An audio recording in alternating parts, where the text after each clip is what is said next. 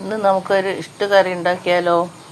അതിനു വേണ്ടി 2 ഉരുളക്കിഴങ്ങ്, ഒരു സവാള, 2 പച്ചമുളക്, ഒരു കഷ്ണം ഇഞ്ചി എല്ലാം കൂടി മുറിച്ചതിലിട്ടുണ്ട്. അതിലേക്ക് 1/2 സ്പൂണ് പെരുംജീരകം, ഒരു 2 അല്ലി വെളുത്തുള്ളി കുത്തിയത്. ഇതിലേക്ക് ആവശ്യമായ വെള്ളം ഉപ്പിട്ട് വേവിച്ചെടുക്കാം. ഇനി നമ്മളെ കഷ്ണമൊക്കെ വീഴുമ്പോഴേക്ക് നമുക്ക് തേങ്ങ മിക്സിയിലൊന്ന് അടിച്ചെടുക്കാം. ഇതിൻ്റെ തേങ്ങാപ്പാലാണ് എടുക്കുന്നത്.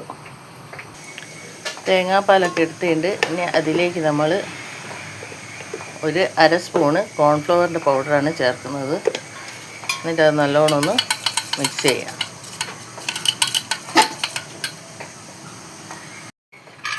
നമ്മൾ വേവാൻ വെച്ച കഷ്ണമൊക്കെ വെന്തിട്ടുണ്ട്.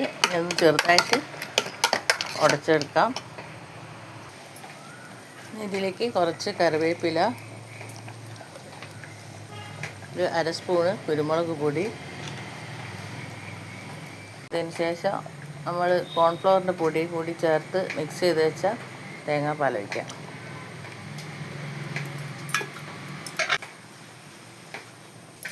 ഞാനിതിലേക്ക് ഒരു 1/2 സ്പൂണ് പെരുംജീരകത്തിൻ്റെ പൊടിയും കൂടി ചേർത്തിട്ടുണ്ട്. ഇനി അതിലേക്ക് കുറച്ച് പച്ച വെളിച്ചെണ്ണ,